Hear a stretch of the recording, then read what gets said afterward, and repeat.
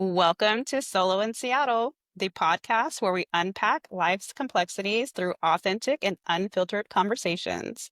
Today, I'm honored to host Veronica at Styled with Veronica on Instagram. She's a local model, a fashion stylist, and a remarkable soul who's making waves here in the Seattle community. So, Veronica and I first connected at an Ageless in Seattle event where her energy and passion left a lasting impression. A week later, I was privileged to witness her grace the stage as a model and share her personal journey during an Evolve with Moni panel movement of Style and Stories fashion show. Together, we'll explore the questions that shape our lives, such as how long have you known someone before realizing their impact on your journey? What role has intimacy played, or what happens in its absence? How do life stages like marriage, singlehood, or raising children affect our sense of identity? Is there happiness, or does contentment still feel out of reach? We'll delve into the communication styles, moments of resilience, and the choices that guide us to where we stand today. Hey, girl, hey. Hey, thanks for having me. I'm so Hi. excited to be here. So, how are you feeling? So excited. So excited. I Really I am excited. truly honored right now. Oh, no, I'm honored you thought of me to be here. Yes, It is a privilege. yeah, I mean, we connected back in October. It's 6 months ago, which seems like longer that I've known you. I know. Yeah, it doesn't seem like we just met less than a year ago. Yeah. Someone asked me earlier too, they were like, well, how long have you known the person that you're interviewing? And I was like, I don't know, maybe 6 months Yeah. or so. But when you meet someone and you build a connection, For hell, sure. Yep. you can tell if you're going to vibe with that Yeah. person or not. And it probably has been since October since we were able to physically see each other, right? Because Yeah. there's been a few different social events Yeah. where we've probably both been at and we've missed each other Mhm. just through some other mutuals that we know. Yeah, sure. And we have tons of mutual friends. Yeah, we do. Or mutual social friends. Yes. We have to be careful with that friend word, because not everyone is your friend. You know, as we've navigated our lives and raised our kids, we use discernment on who we allow, the energy in our lives. And so I'm just really glad that you chose me. Thank you for choosing me back. It's just like, there's just something special and something that is real. In adult friendships, you don't have to talk every day. Yeah. You don't have to see each other every day.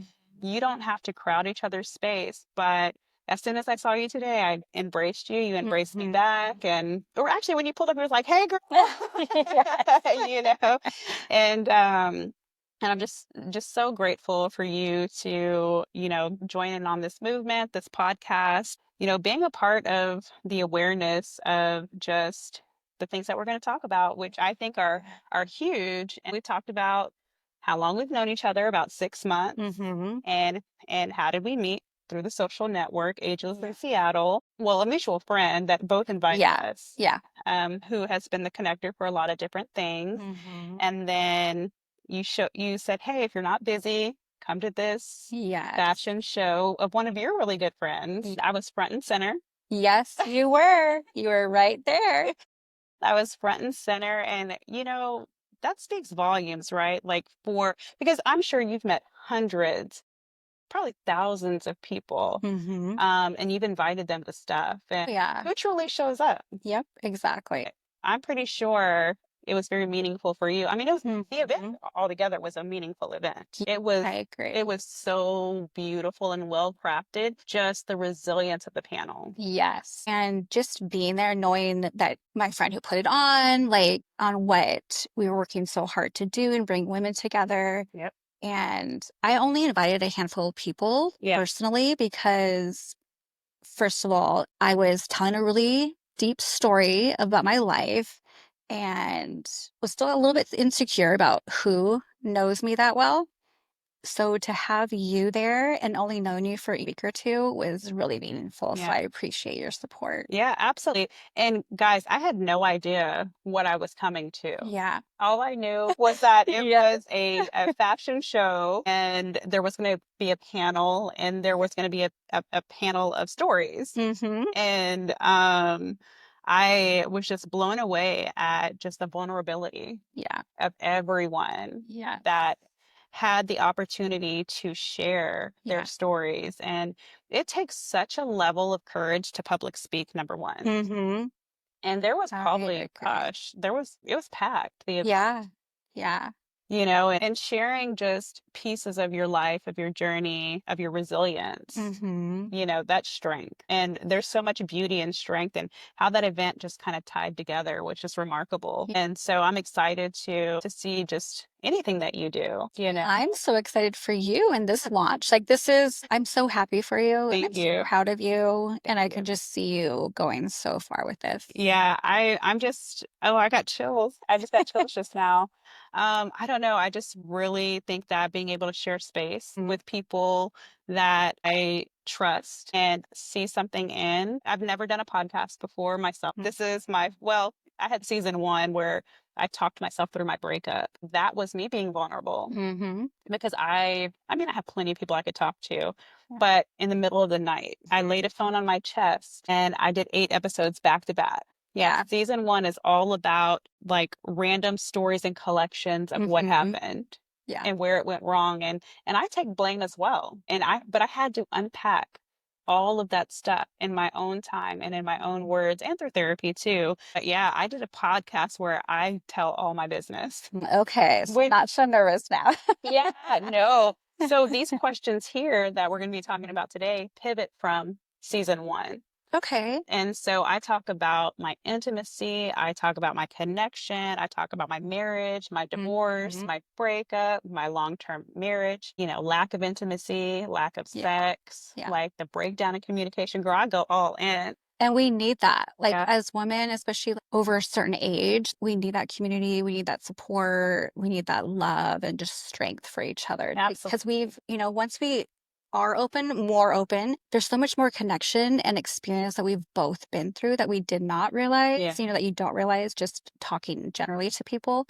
So I am really excited that we're doing this. That too, but that's how you and I connected too. We were at our first social event, was like we were kind of in the corner and we're sharing things. Like I'm an open book. I'm an open book and I'm like this blah blah blah whatever, whatever topic I was shooting off at the moment, but it also made you feel comfortable and we had so many things aligned. And you're like, girl, me too. I think that's what spearheaded us being able to align and connect and support, and now here we are. I supported you, now you're supporting me. And there's no better nod to the love someone can give than to join in on anything someone's doing. And I mean, this is vulnerable. You said that you've never been on a podcast before, so this is your first. And I've never interviewed anybody before. Really? Oh my gosh. Yeah, outside of I mean, I guess technically, right? Like in my role professionally, I have interview skills, but like one-on-one personally interviewing somebody for a podcast, never. I've definitely been interviewed before, even for an article or, whatever it may be. But this is my first podcast. Yeah. Well, this one's going to be good. Oh. We have so much to talk about and we have so many experiences that are relatable. That's right. That are the same, but not. Yes. So I want to ask you the first question. Have you ever been married? Yes, about 5 times. I'm just kidding. I am on my second marriage. So my first marriage, I got married 2 weeks after high school graduation. So very, very young. Did not know what we were doing. And honestly, we were so young, but I already had a child. Just had to grow up really fast. And nothing horrible happened to break up the marriage. We just grew up and grew apart. Same. We had another daughter during our marriage. So we had 2 kids to take care of. And it just wasn't part of it just wasn't fit. And it just wasn't a fit anymore. So luckily we've had, we've maintained a really good relationship throughout the years. We've shared custody. It hasn't been, all great, but it could have been much harder as well. Sure. So I am grateful for that. Yeah. And also, same with me. So I met my son's father very young. Yeah. And then we got pregnant and we got married because of our family system. Exactly. My parents were against it. They're Catholic. And they just they didn't want him for me. Okay. But they also were like, well, you're pregnant. We don't want you to be barefoot and pregnant. And then his parents, they were like, you have to get married. Okay. And I was convinced that if I didn't marry him, our son couldn't have his last name. That's how young I was. Yep. No, I get that. And then I was like, I don't want the stigma on me being a unwed mother, because I didn't always have people who showed me the best examples of strength in those type of situations. Yeah. And here I am. I chose to be a single mother. I left and divorced him. I chose to raise my son solo. Same. It was mostly my decision of leaving the marriage. Yeah. Yeah. And societal pressures, right? When you're young, they make you think that it is so important to do, quote unquote, the right thing. Yeah. And the right thing, quote unquote, is to get married, have a baby, whatever order that looks like. Yeah. There's no right and there's no wrong. I don't care what anybody says. But you fall into that trap. What is that nursery rhyme? First comes love, Then comes marriage. Yeah. then comes the baby and the baby carriage. And it doesn't matter what order, because the outcome is still fucked up. Yeah, exactly. In my situation too, again, being so young, I was pregnant at 16, and my daughter's father, but the person I married was not her biological father. I had known him my whole life pretty much. Grew up together. We did date, but it was like middle school, high school, we didn't know what we were doing. So once he found out I was pregnant, he had reached out to me again and was like, hey, I'm here for you if you need me. And our relationship's kind of like, so while I was pregnant, we rebuilt our relationship. And I think a lot of it, was mentally like, okay, I have this baby now. This man actually wants to be with me and not, and take care of a baby that's not even his. Yeah. So how can I not say no, And like my parents wanted me to be stable, and his parents, were so loving to me too, and my daughters. It was like, okay, I have to take advantage of this. Like, nobody's probably going to ever want me. Girl, I kid you not. No one is ever going to want me with the baby. Yes, exactly. That was my mindset. Yep, same. And so I was like, I have to marry this guy. Even when he told me, sis, he said, I'm not. He told me. Yeah. He told me, but I was like, well, what could be worse? Yeah. That insecurity of you being a mom and being alone, and just the fear, like everything, that comes along with it. Being a mom at any time, but let alone a teenager, and, not knowing where your life's going to go, and you have this comfort and that somebody actually loves you and wants to take care of you. Yeah. Again, it was, I wouldn't say a mistake, but definitely a life lesson. Right. And again, we just grew up and grew apart. Yeah. And I mean, I don't want to say that marrying Donovan's father was a mistake either. It was hurt. Yeah. It was before, during, and after, and it still hurt him, and I allowed him to re-enter our lives 20 years later. Recently, history repeated itself, and it still hurt. And unfortunately, we made the decision to go our separate ways because too much time had passed, and we just did not align, and we just were not a good fit for each other either. But you get stuck in this facade of, oh, I want all of us to be together, and oh, this is my son's father, and exactly, it's gonna work out, because naturally, nature versus nurture. But some people just aren't willing to be a parent. Yeah. And agree. And it's okay. Yeah. As long as you own it and you stand on business and you stay out the way. Yes. Do you? I never once ran behind his dad. I never once harassed him for anything, because you told me when your son was in my belly, you were not ready to be a father. You still lied to me. But hey, we were young. I wasn't a teenager, but I was in my young 20s. Yeah. Still very mentally young. Yeah, and for sure. Developmentally not ready. Yeah. It's such an unfair disadvantage when you have people who you trust, or who you think you trust, the parent, that convince you this is a good idea. Yeah. And you're so hard up for like that love, and just the attention and that stability and that safety. For me, as soon as I had my son, I only had eyes for my son. Mm-hmm. I could only see my son. Same. I resented him. Mm-hmm. 20 years later, as soon as I picked him up from the airport, girl, Those feelings come I in. Yeah. still felt that resentment. Yeah. Yeah. Yeah. And it's such a beautiful journey, but not to have to travel through, because now in our big age, like, you look back on it and there's so much wisdom to be shared. And I love the direction the podcast started out with Yeah. us saying, wait, it's just so important because, it doesn't matter, even current day, if you're pregnant now. Yeah. And you're in this situation with somebody who you were madly in love with, and you don't know whether you're gonna come or you're gonna go. Yeah.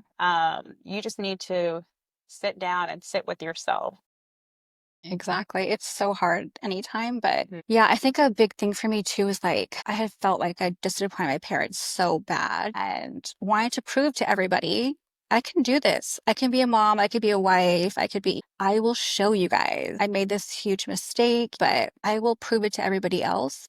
Even though you find yourself not happy or you keep going to not disappoint them again. Yeah. And you try to pivot from thinking it was a mistake. Yeah. Because even in myself, when I got pregnant, I was like, oh my God, like, how am I gonna tell my parents? Yeah. I did not tell. And I was an adult. Yeah, I did not tell my mom. She found out through a family member who I thought I trusted. But again, looking back, obviously she was gonna know. I was already like over 6 months when she did find it. I was about to say. It was a really, really hard time. But looking back as an adult now, I'm just like I would not take anything back. I grew from it. Yeah. I Through love like that. every challenge. And so are you currently married? I am. So this August, we will be married 17 years. 17 years. Congratulations. Thank you. I love that. Like, okay, I love love. I do. Too. I love love so freaking much. Even though I'm solo in Seattle, Yeah. I'm still a lover girl. Yeah. And I can totally feel that. Yeah. Yeah. I have so much love to give, and I give it to my friends. Yeah. I do. I give so much love to my friends. To have the commitment for 17 years. Tell me about that. Oh gosh, girl, where do I begin? Okay, so leaving my first marriage was really hard. I was only 22 years old when I left that marriage with the new baby. Our baby was not even a year yet. So to leave now with two babies, a marriage, be on my own and knowing to be a single mom was really difficult. And I think I gravitated towards all the wrong people. I wanted the attention. I wanted the love. I wanted the affection and got it all in the wrong places. And I think also a lot of it had to do with because I was a mom so young and a wife so young, leaving the marriage at 22, kind of let myself go as far as, gosh, I didn't really get to go party. I didn't get to go do all this stuff. So too tough. So now when my ex-husband has the girls every weekend, wow, I actually have free time to myself and I'm just going to live my life. And it wasn't always good, but because I never had that before,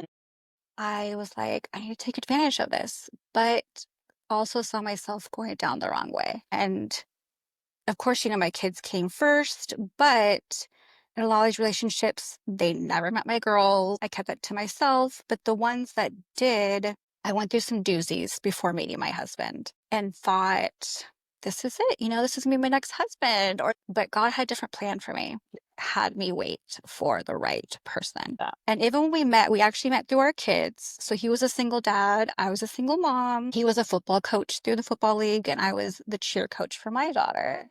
Yes. So we actually met at the Seahawks field, and it's like still a really special place to us because football is just part of our lives. And we had that connection with our, being single parents. But when I initially met him, I had just gotten out of a very abusive relationship and was just really fearful, even though it had been months, but I was just not mentally, physically, nothing ready to be in another relationship. And I didn't want to bring my girls into a relationship, because we had just gone through all of this together. I was finding myself again, all over again. So once we met, we exchanged numbers, and he actually called the next day, but we talked on the phone, girl, every day for about 3 months before I would go on a date with him. But it was a blessing. You were building that safe space. Yeah, I was. And I was like, I'm going to do it different this time. Good. And honestly, love my husband. He was not my type when I initially met him. So I was like, I'm going to see what this guy's about. Maybe I do need a different type. Girl, speak. So let me go out of my realm a little bit and give him a chance. So it was like being in high school again, talking on the phone till we fell asleep at night and just becoming really good friends first. Yeah. And I don't think I had ever had that before.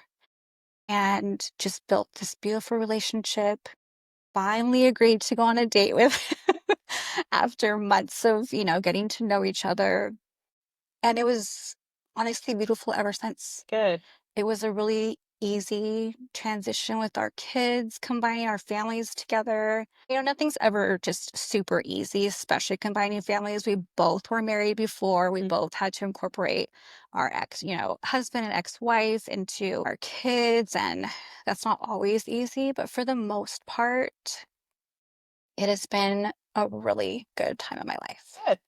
Because you kind of traveled through all of those different type of dynamics and relationships, did you find or do you find that in the beginning or even now that you guys have intimacy? Yes. So and I'm so excited to talk about this with you today because I've come to the realization, like, it took me a long time as well. But when meeting my current husband, yes, the intimacy was there. Again, we didn't see each other for a long time. So I think it was even more special that way because we knew each other personally. Yeah. And you built an emotional Yes, connection. exactly. Because coming from those few years of being single and in other relationships, I looked back and I was like, a lot of these are just sexual relationships. And it wasn't true intimacy. Right. I felt loved only when we were being intimate, even though that was just me. Yeah. Even if they didn't care, or I'd be in a relationship and we would only see each other to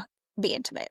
It was nothing personal. It was nothing emotional. It was nothing exactly. So when my husband was not all over me all the time, like, what's wrong with me? Yeah. And just had so much self-doubt because that was the only love I had felt from previous relationships. Negative self-talk is so real. Yeah, it is. Especially when you come out of like abusive situations, verbally, mentally, emotionally, sexually, it doesn't matter what level it is. You carry that, you carry that in your core. And it's like the cortisol is releasing with touch and you kind of fall into yourself if you're not receiving that shockwave. Yeah, exactly. And sometimes too, the dramas that you confuse that with excitement or connection. Yeah. And so that's that toxicity. Exactly. And when you find somebody who is on like their grown man shit and is like, let me show you how I lead. It took me so long. Yeah. I almost left because of just this topic, because I was like, what's wrong with me? If we're not having sex every day, you feel rejected. Absolutely. And not to say it was bad, it was like, but you're actually showing me love in so many other ways that I have never been shown before that could mean so much. So it took a lot of him teaching me that. Yeah. I'm so grateful for. And it's only gotten better. Good. And I've even had like a couple friends like, gosh, you guys have been married for so long. Like, do you even have sex anymore?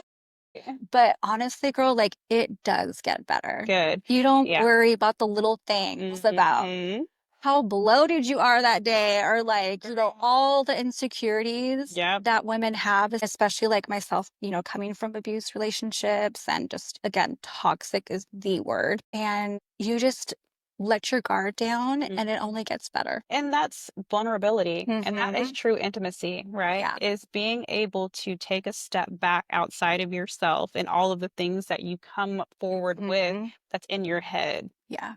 Like you said, those things don't matter. How you look, how your hair looks, if you're bloated, girl, even if you're on your period, like, like all of these things, because when love is the basis, yes, none of that facade matters. None of those things that we put on matter. I mean, don't get it twisted. Like, dress up, make yourself feel beautiful, but for you. Yeah.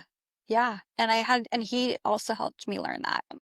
Even now, like when I want to do something with myself or like change something, even as little as like a little Botox girl, like my husband's like not for it. Yeah. He's like, but it's like you're grown. Yeah. Do whatever you want. It's your body. Girl, I got a girl. You let me. I have lots of girls who tell me to look like this. I'm like, oh my God. Like I talk about Botox every chance I get because I never in my life had ever thought that I would ever do anything cosmetic. I don't know, like it never resonated with me to be like, oh, I need to do this, to do that. And when I changed my frame of like, well, it's not well, to some people, it could be inner self, right? Yeah. And negative For self-talk sure. and Yeah. they want to do things to correct it. But for me, I don't know, like I've done my forehead, my just gently like the upper half. And for me, like I'm just like, oh shit, it doesn't move. And I just look, I was like, okay, like I just like the snatched. Yeah. The snatch look, the gentle snatch. Yes, me too. And I didn't realize, I don't even say the wrinkles because I don't have wrinkles per se, but no, you do not. Yeah. the finish. It's the finish. And so I had a girlfriend, one of my close girlfriends actually, she was like, why are you putting that poison in your body and this, that, and the other? I was like, number one, because I want to. Yeah. And number two, because I am flawless. I was like, I was actually talking to my injector yesterday and the one that I used most recently was called Daxify. Okay, yes. Yeah. And I know. so that one, I don't know, like that's my preferred one. Yeah. And I mean, the result for was immediate. Hey, don't tell me this stuff. I know, I'm so sorry, but I'm literally a walking billboard for Daxify because I kid you not, she injected me and we literally like watched. It was almost like it was like one of those infomercials. Yes, girl, I'm telling you, I was just like, Daxify is what's up. And it's vegan and like a healthier approach. It's plant-based. And so, girl, I'm like, Daxify is where it's at. It's not, and it lasts longer. Okay. Yeah. Even better. I know. Although shout out to Kelly at Coco Medical Aesthetics. Yes, I mean, it looks flawless. I love this yap session. Yeah. Just yeah, but girl session. I know. I love it too. But yeah, again, it goes back to also like learning your self-worth because it was brought down so many times, even to what I could not wear or how short I could cut my hair or what color I could dye my hair. Everybody else's preference but mine. So he's definitely taught me those lessons as well. But historically, when you see me, I'm always pretty modest in what I wear. It's not because I think of like harmful culture or anything like that, but it has to go back to what you were taught and what you were told and, protecting yourself and preserving yourself. And there's so many beautiful women out there, whether they get enhancements or not, but it's all about loving yourself to your core. Yeah. And I can totally relate with that. Growing up, my Mexican father was super strict, okay? Like Catholic, strict. I could not even wear like tights, like no nail polish, no makeup. And I think that's honestly why I fell in love with makeup so much because I could not wear it. In fashion, probably. Yes. So those were always my jam and I could not express myself at a young age, like I wanted to. So I totally relate to that too. Absolutely. And I have always been very tomboy. Okay. I grew up with brothers. Oh, yeah. And so growing into my true self in this last year, because before I've always loved myself. I've always been confident. I've always been true to myself. We were joking around before the podcast. I was like, y'all are going to see my ass out this whole summer. I was like, cellulite and all. Yeah. Because if I have to look at it. Exactly. But the level of confidence that comes with commanding a room, that's me. Yeah. Like I have no problem with any of that because I'm not here for negativity and your insecurities bleeding into me. You don't have anything to do with what I'm doing. Exactly.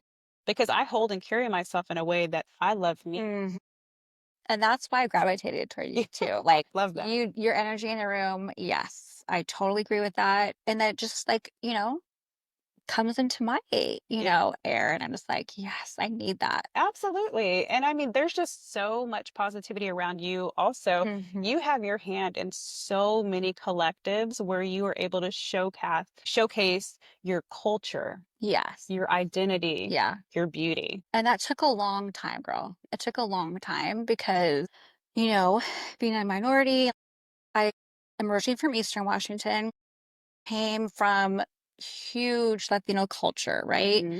And very small farm town.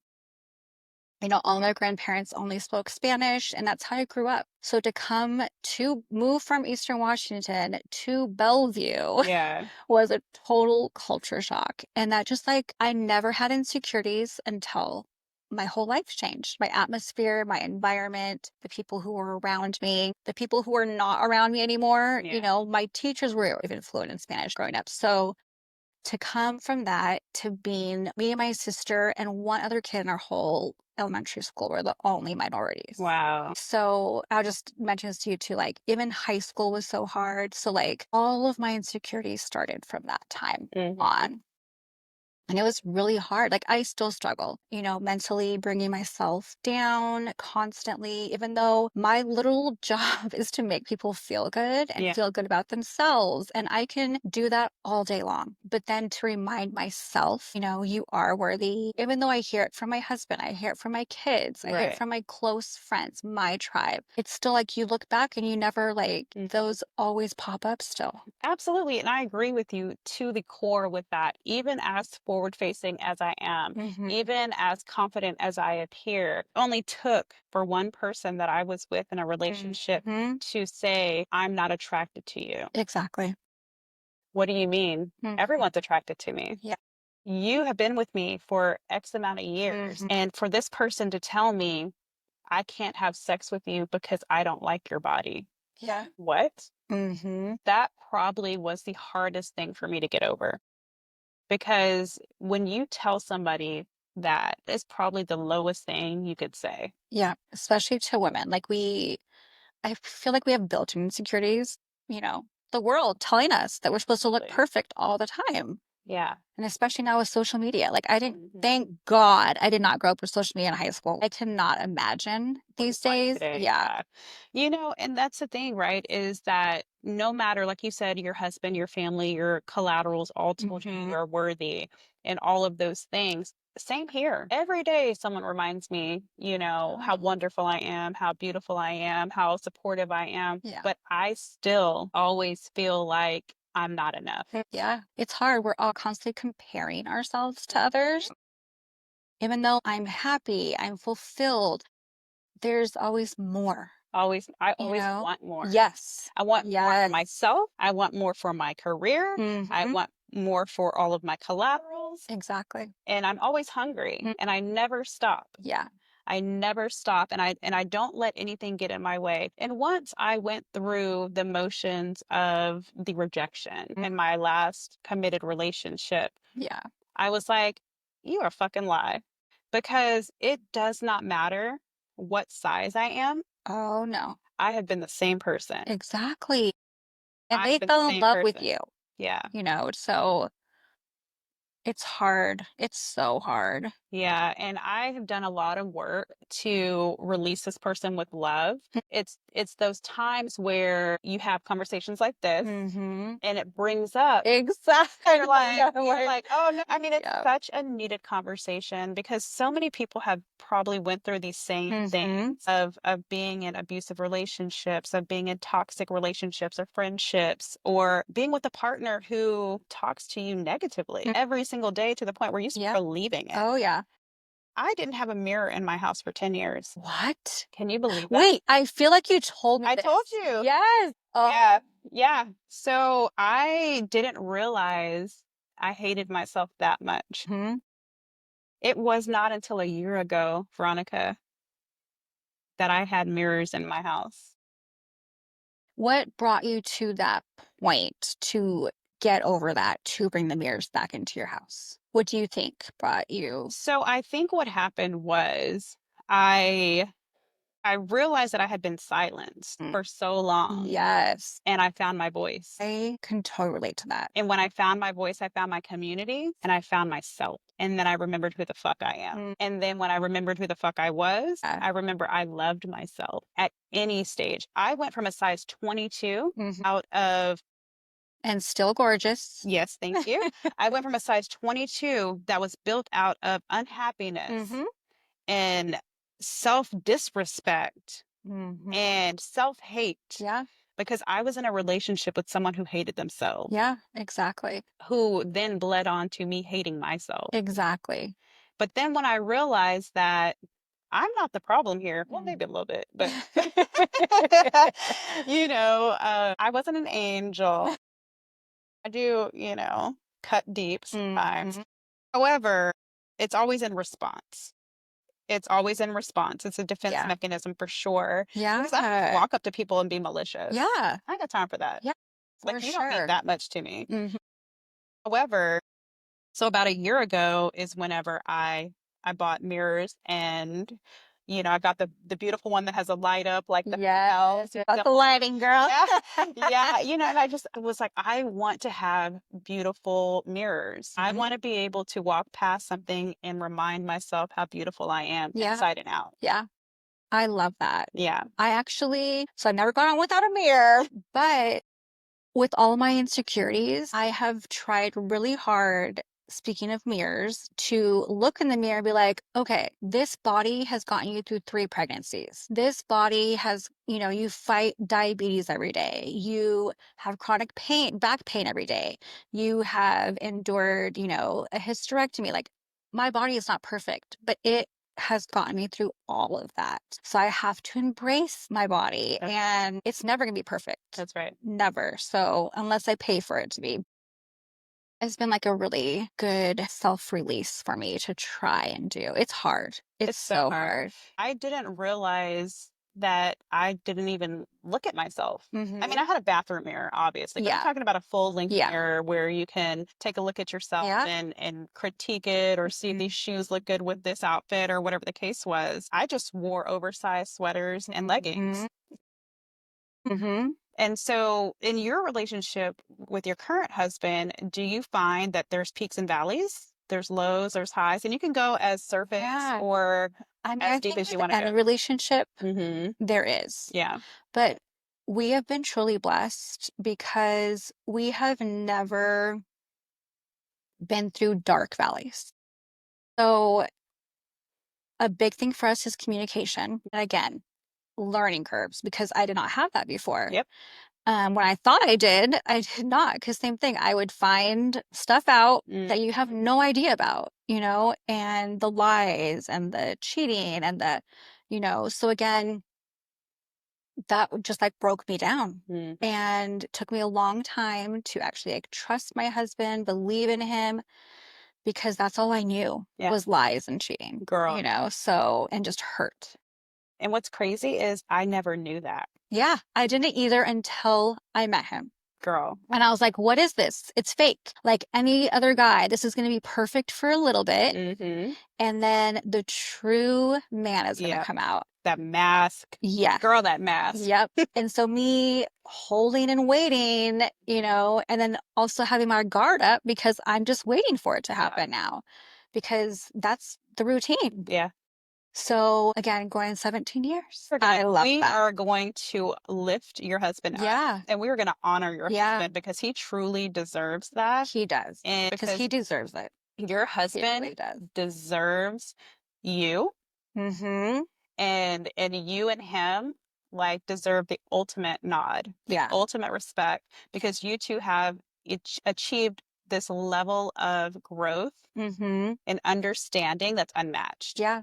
And we're going to lift that up. Yeah. And we're going to honor that. I love that so much. Yeah. And so you kind of touched on it earlier about communication styles. Do you think that you're open and honest in your communication styles? And that could be with your husband, your friend, whomever. So yeah, again, it took a lot of time, but yeah, we are very open, whether it could be anything. And then we found too, like, when people talk about like, oh, I was thinking the same thing, or like you can just look at each other and each other's thinking. That is so us. Good. Which I adore, in our marriage. Again, nothing is perfect. Right. We definitely have days he can bug the shit out of me, I can bug the shit out of him, but at the end of the day, like, I mean, still gotta keep it spicy. You still mhm. have to like be like, you know, Yep. don't use that So, tone with me. Or, yeah, I don't know if that's the temperature or not, but like yeah. I'm a Gemini, so I'm all like, Okay. mm-mm. Yeah, he is a Leo, so I do, right? And I don't know what it is because when I first found, because I am into this, right? And when I first found out he was a Leo, I was like, ooh, I don't know. I've heard they're self-centered. They want to steal Mhm. the show. Me too. And They're he's flashy. totally opposite. Yeah. Like I am way more flat. I think that's what also works between us too. Yeah. Previous relationships, my exes were more flashy than me and like always wanted the center of attention and were like the life of the party. My husband is so not, and I value that in him. Good. Even though I love the sometimes I'm like, come on, like let's, like go do this, but total homebody. Yeah. It sounds like he's grounded, girl. Yeah. And he's your grounding. He's your Yeah. peace, and he Yeah. can kind of center you. Oh yeah. Through I love that. anything. Yeah. Through anything. I love that. Great communication with my husband, with my kids who are adults. And my 15-year-old, we talk about everything. Yeah. And I love that because I wasn't able to do it with my parents growing up. Mhm. Again, they did not know I had sex until I was pregnant, Sure. so never had those conversations, Yeah. ever, ever.